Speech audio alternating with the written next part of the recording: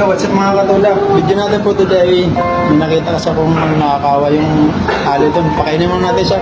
Go, let's go! Ayan na, hindi namin. Kapag bigay. Dito siya kung makikita niyo mga katula.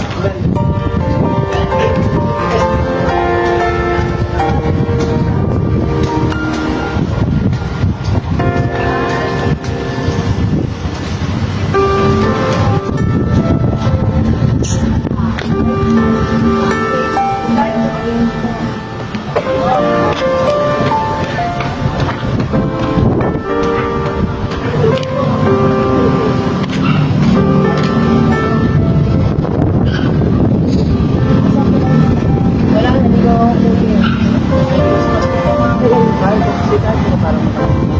Thank you. Kayo po, kumain na kayo?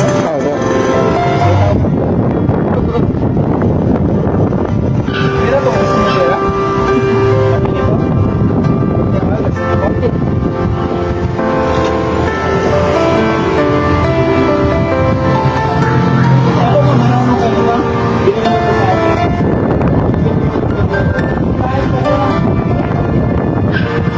Dito na lang ako po yan. Para kaibigan ako. Wala na.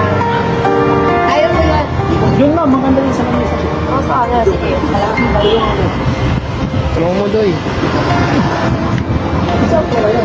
Wala ako yan. Naligaw ako. Nalik.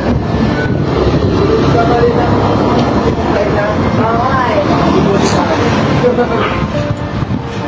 Salamat kuya. Kahit po kayo magdasa ko na natin. Salamat.